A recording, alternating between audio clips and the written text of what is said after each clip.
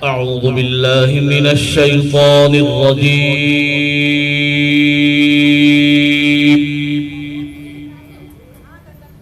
بسم الله الرحمن الرحيم.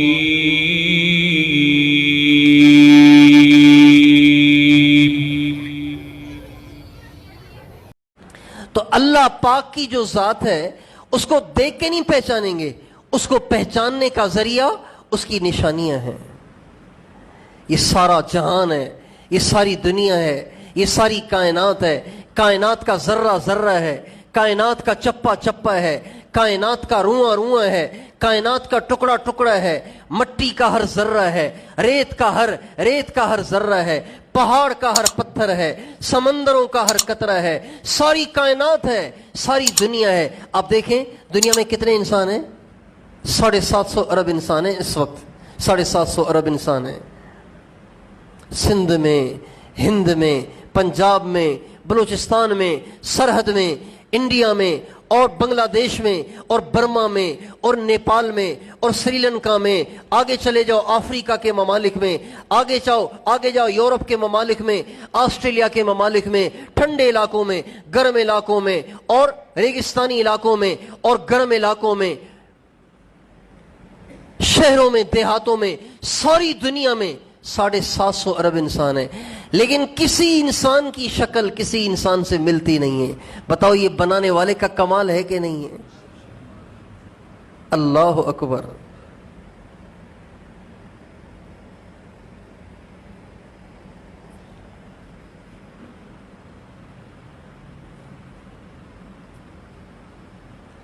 کوئی عالم چاہے کتنا بڑا کیوں نہ ہو، کوئی علامہ چاہے کتنا بڑا علامہ کیوں نہ ہو، کوئی مورخ، کوئی وائز، کوئی مقرر، کوئی خطیب چاہے کتنا بڑا وائز اور خطیب کیوں نہ ہو، لیکن یہ نہیں ہو سکتا کہ زندگی بھر جتنی بھی تقریریں کرے کوئی تقریر کسی تقریر سے میل نہ کھائے. یہ نہیں ہو سکتا. اس ذات کے کیا کہنے، کھرب بھا کھرب تصویریں بنائیں، کوئی تصویر کسی تصویر سے ملتی نہیں ہے. کسی تصویر کو دیکھ کر دوسری تصویر کا دھوکہ نہیں لگتا، کسی تصویر کو دیکھ کر کسی دوسری تصویر کا شبہ نہیں ہوتا. ہر ایک کی شکل الگ ہے، ہر ایک کا رنگ روپ الگ ہے، ہر ایک کی زبان الگ ہے، ہر ایک کی چال الگ ہے، ہر ایک کی ادائیں الگ ہیں، ہر ایک کی طبیعت الگ ہے، ہر ایک کا مزاج الگ ہے. بتائیے یہ اس ذات کا کمال ہے کہ نہیں ہے؟ ایک ہی مٹی ہے، ایک ہی ہل چلانے والا کسان ہے، ایک ہی طرح کا پانی ہے. کہیں سے بھنڈیاں نکل رہی ہیں، کہیں سے مرچیں اگ رہی ہیں، کہیں سے ٹماٹر اگ رہے ہیں، کہیں سے آلو اگ رہے ہیں، کہیں سے کھٹی چیزیں، کہیں سے میٹھی چیزیں، کہیں سے کڑوی چیزیں، کہیں سے کھٹ میٹھی چیزیں. پھر ایک ایک ذائقے میں کئی ذائقے. دیکھو بھئی آم بھی میٹھا ہے، امرود بھی میٹھا ہے، سیب بھی میٹھا ہے، کیلا بھی میٹھا ہے، کھجور بھی میٹھی ہے، لیکن ان سب کی مٹھاس الگ الگ ہے کہ نہیں ہے؟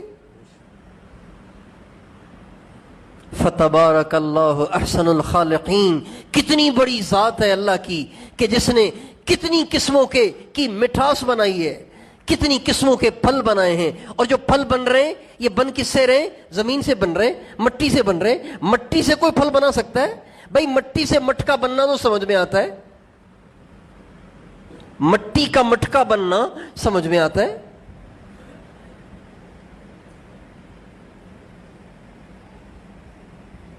پلاسٹک سے پلاسٹک کے برتن بننا، شیشے سے شیشے کے برتن بننا، کپڑے سے مختلف ڈیزائنوں کے کپڑے سلنا، یہ تو سمجھ میں آتا ہے. مٹی سے آم کا اگنا، مٹی سے کھجور کا اگنا، مٹی سے انگور کا اگنا، بتاؤ کمال ہے کہ نہیں ہے؟ بھائی ہاں نہ تو کرو.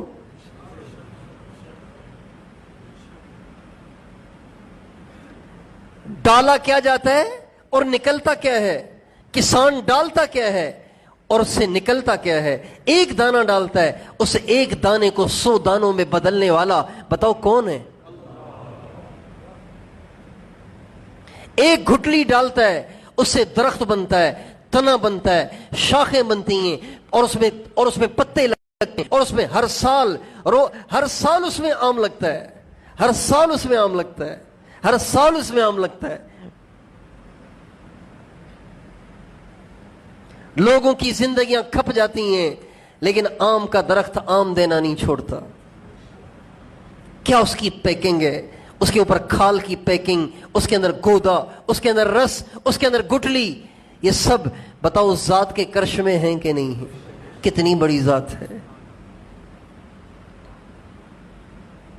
جتنے ہم بیٹھے ہوئے نا، یہ جو ہم دو چار سو آدمی بیٹھے ہیں، یہ روزانہ کتنا پانی استعمال کرتے ہوں گے؟ ایک آدمی روزانہ کتنا پانی استعمال کرتا ہے؟ کتنے گیلن استعمال کرتا ہوگا ایک آدمی؟ 1.5-2 لیٹر پانی تو صرف پی ہی جاتے ہیں. اور ہم جو نمازی لوگ ہیں، ان کو وضو کرنے کے لیے کتنا روزانہ پانی چاہیے؟ اور جو روزانہ نہانے کے عادی ہیں، ان کو نہانے میں کتنا پانی چاہیے؟ عورتوں کو گھر دھونے میں کتنا پانی چاہیے؟ کپڑے دھونے میں کتنا پانی چاہیے؟ ایک آدمی کی زندگی کا پانی اگر جمع کیا جائے کتنے ٹنوں ٹن بن جائے گا؟ 750 ارب دنیا میں انسان رہتے ہیں، کتنا پانی استعمال کرتے ہوں گے؟ یہ دھوبی کتنا پانی استعمال کرتے ہیں؟ اور یہ فائر بریگیڈ والے کتنا پانی استعمال کرتے ہیں؟ اور یہ سڑکوں پہ چھڑکاؤ کرنے والے کتنا پانی استعمال کرتے ہیں؟ اتنا پانی کب سے استعمال ہو رہا ہے؟ کب سے استعمال ہو رہا ہے؟ سالہ سال سے، صدیوں سے، لاکھوں سالوں سے استعمال ہو رہا ہے، لیکن وہ پانی ختم نہیں ہو رہا. پتہ یہ پانی کہاں سے آ رہا ہے؟ اللہ کے خزانوں سے آ رہا ہے. اللہ کتنا بڑا ہے، اللہ کے خزانے کتنے بڑے ہیں. سبحان اللہ.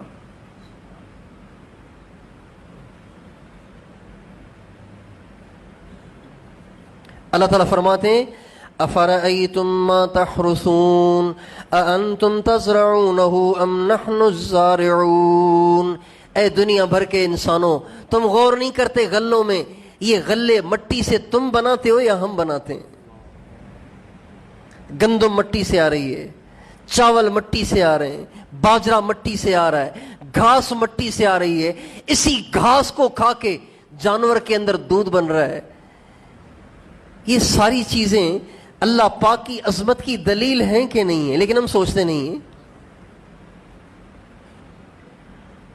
اور اللہ فرماتے ہیں افرأیتم الماء الذی تشربون انتم انزلتموہ من المزن ام نحن المنزلون لو نشاء جعلناہ اجاجا فلولا تشکرون. تم پانی میں غور نہیں کرتے جس پانی کو روزانہ پیتے ہو؟ کیا ان بادلوں کو بادلوں سے نچوڑ کے تم اتارتے ہو یا ہم اتارتے ہیں؟ اللہ تعالیٰ کا عجیب نظام ہے.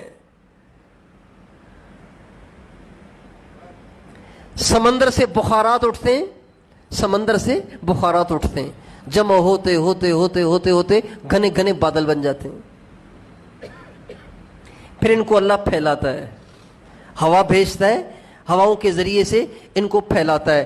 اب یہ پانی سے بھرے ہوئے بادل دوڑ رہے ہیں، آسمانوں میں، فضاؤں میں دوڑ رہے ہیں، ہوائیں ان کو لے کر دوڑ رہی ہیں، دوڑ رہی ہیں، دوڑ رہی ہیں. اور پھر جہاں اللہ کا حکم ہو وہاں یہ چھم چھم برسنا شروع ہو جاتے ہیں. جب بادل برستے ہیں تو ہمارے ہاں تو سڑکیں بھر جاتی ہیں، لیکن پہاڑی علاقوں میں یہی پانی برستا ہے. پہاڑوں پہ گر کر کچھ تو چشموں کے اندر چلا جاتا ہے اور وہ چشمے لبالب بھر جاتے ہیں. پھر وہ ٹوٹی کی طرح سے تھوڑا تھوڑا پانی ان سے نکلتا رہتا ہے، بہتا رہتا ہے، سارا سال لوگ اس کو استعمال کرتے رہتے ہیں. یہ وہی بارشوں والا پانی ہے جو چشموں کی شکل میں باہر نکلتا ہے. اور یہی بارشیں برستے برستے پہاڑوں پہ برستی ہیں، ٹھنڈے علاقوں میں برستی ہیں، اور پھر وہ برف بن جاتی ہیں. اور سارا سال یہ پانی برف بن کر ان پہاڑوں پہ جمع رہتا ہے.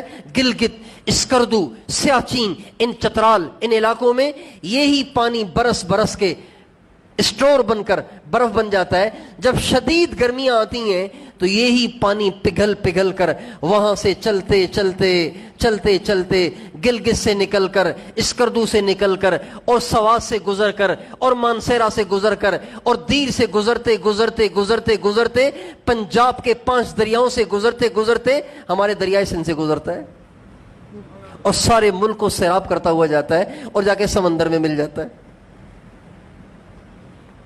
پھر انہی سمندروں سے بادل اٹھتے ہیں اور جا کے برستے ہیں, جا کے برف جمتی ہے, پھر وہاں سے پگھلتا ہے, سارے ملک کو سیراب کرتا کرتا دوبارہ جا کے سمندر میں مل جاتا ہے. یہ جو روٹین بنی ہوئی ہے پانی کے برسنے کی اور جمنے کی اور پھر پگھل کر سارے ملک کو سیراب کرنے کی, بتائیے یہ نظام کسی حکومت نے چلایا ہے یا اللہ نے چلایا ہے؟ اللہ نے چلایا ہے.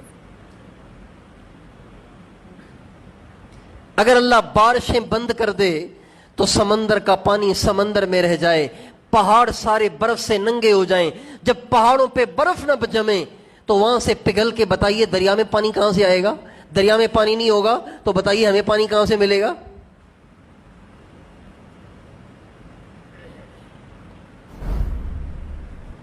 یہ نشانیاں ہیں جن سے اللہ پاک کی عظمت کو پہچانا جا سکتا ہے.